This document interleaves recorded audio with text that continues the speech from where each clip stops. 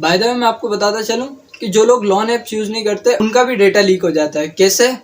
ज़्यादातर हमारे मोबाइल में जो डेटा लीक होता है, जब मैं वीडियो रिकॉर्ड कर रहा हूँ इससे चंद घंटे कबल वफाकी वजीर आईटी ने 43 कंपनीज लोन देने वालियों को बैन कर दिया है।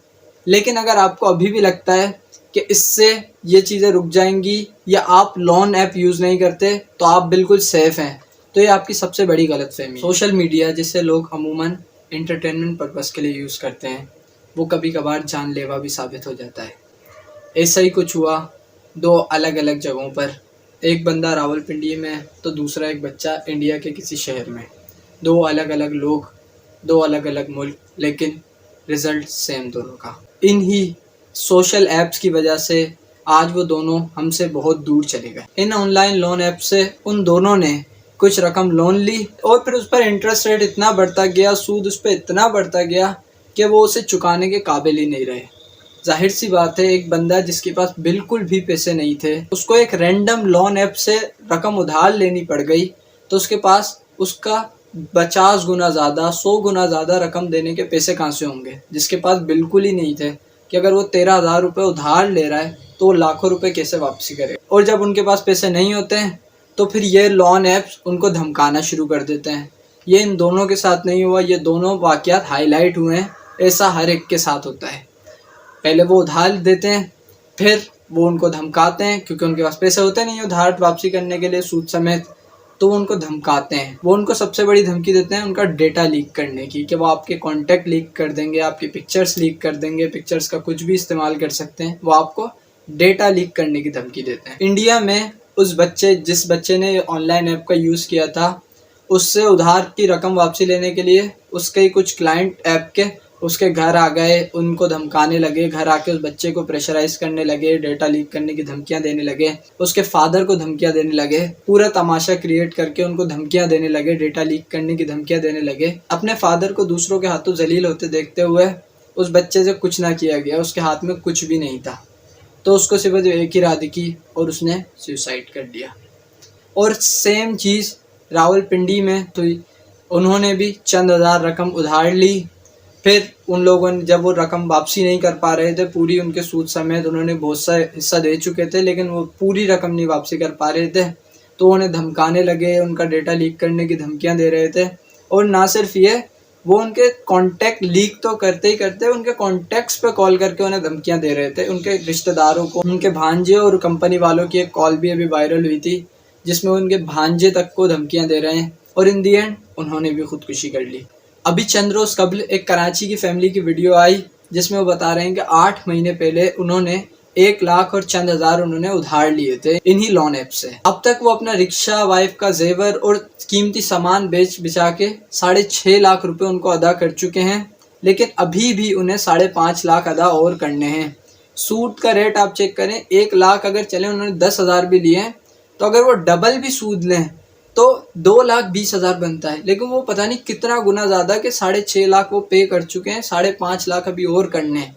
और 6.5 लाख पे करने के बावजूद उन्हें धमकियां दे रहे हैं, डेटा लीक करने की वो धमकियां दे रहे हैं, और उनके कॉन्टैक्ट्स को कांटेक्ट कर रहे हैं, उनके रिश्तेदारों के सामने उन्हें जलील कर रहे हैं, उन्हें कॉल कर करके। पहली बात तो ये है, इंटरेस्ट, सूद इस्लाम में हराम है, लेकिन अगर इस्लामिक पॉइंट ऑफ व्यू से हटके भी बात करें, आपको बहुत ज़्यादा ज़रूरत है लोन लेने की, तो आप किसी बैंक से लें, फिजिकली लें, जाके किसी से बैंक से लें या किसी जानने वाले रिश्तेदार से उधार ले लें।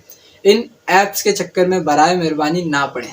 ये लोग पहले आपको अपनी तरफ अट्रैक्ट करते हैं, चंद हज़ार रुपये, 1-1.5 हज़ार रुपये आपको ऐसे ही बोनस में दे देते हैं, एंट्री में दे देते हैं। आप खुश हो जाते हैं कि बगैर कुछ करे हमें पैसे मिल गए, ये तो अच्छी बात है। फिर आहिस्ता आहिस्ता आपको इस तरीके से फंसा लेते हैं कि आप बाहर जाने का आपके पास कोई रास्ता ही नहीं बचता है। और जो भी लोग ये सोच रहे हैं कि इन माफियाज़ के खिलाफ कोई एक्शन क्यों नहीं लेता, कोई इनके खिलाफ क्रैकडाउन क्यों नहीं करता, तो मैं उनको ये बात बताता चलूँ कि आप भले ही लाखों रुपए खर्च कर लें, कुछ भी कर लें, इनके खिलाफ जाके केस कर दें, कुछ भी कर दें, इनको कोई फ़र्क नहीं पड़ेगा। मेरी बात ये याद रखना। FIA में ऑलरेडी ऐसे हज़ारों केसेस पेंडिंग में मौजूद हैं, लेकिन कोई कुछ नहीं कर सकता। क्यों? क्योंकि असल गलती हमारी है। ऐसा क्यों है, मैं आपको बताता हूँ। अभी जब मैं वीडियो रिकॉर्ड कर रहा हूँ, इससे चंद घंटे कबल वफाकी वजीर IT ने 43 कंपनीज लोन देने वालियों को बैन कर दिया है।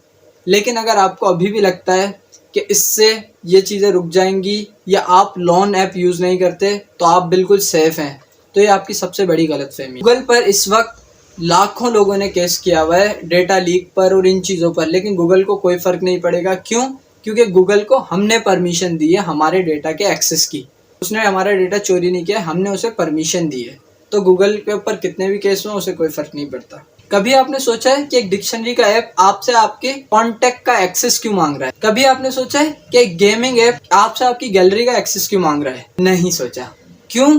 क्योंकि हमें बस ऐप यूज़ करने से मतलब होता है।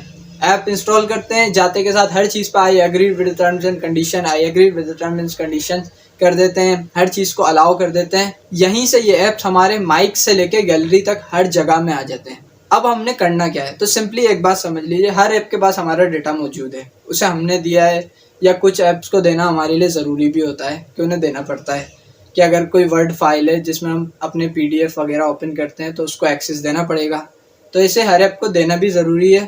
तो दो चीज़ों का ख्याल रखें कि एक लेजिट ऐप यूज़ करें। कि आप कोई भी गेम सर्च करें जाके प्ले स्टोर पर, तो उसके कई सारे रिजल्ट्स आते हैं कि एक गेम सर्च किया फॉर सपोज सबवे सफ़र, तो सबवे सफ़र के लोकल गेम्स भी आ रहे होंगे जो किसी छोटे मोटे डेवलपर ने उसके जैसा बनाया है। तो कोशिश करें सिर्फ और सिर्फ मेन चीज़ को, ओरिजिनल ऐप को यूज़ करें, इससे छोटे मोटे ऐप्स को यूज़ ना करें, क्योंकि सबसे ज़्यादा डेटा लीक होने का ख़तरा यहाँ से होता है। मेन ऐप्स को यूज़ करें। कि फजूल चीज़ें व्हाट्सएप है तो सिर्फ और सिर्फ इसलिए कि मैं किसी का डिलीट किया हुआ स्टेटस देख लूँ, किसी ने क्या अनसेंड किया है वो मैसेज देख लूँ, इसलिए हम कोई दूसरा व्हाट्सएप डाउनलोड कर लेते हैं।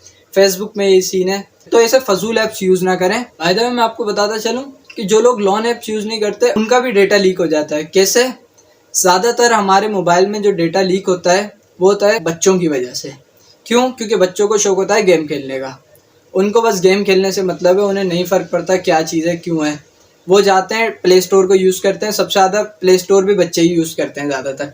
वो जाते हैं गेम डाउनलोड करते हैं, गेम खेलते हैं और वो गेम से बोर हो जाते हैं, फिर उन्हें नया गेम चाहिए होता है। वो गेम्स एक्सप्लोर करते जाते हैं और एक्सप्लोर के दौरान सिर्फ और सिर्फ उनको ये आता है कि वो डाउनलोड करते हैं, आते हैं, हर चीज़ पे एग्री कर देते हैं और गेम यूज़ करते हैं, फिर डिलीट कर देते हैं।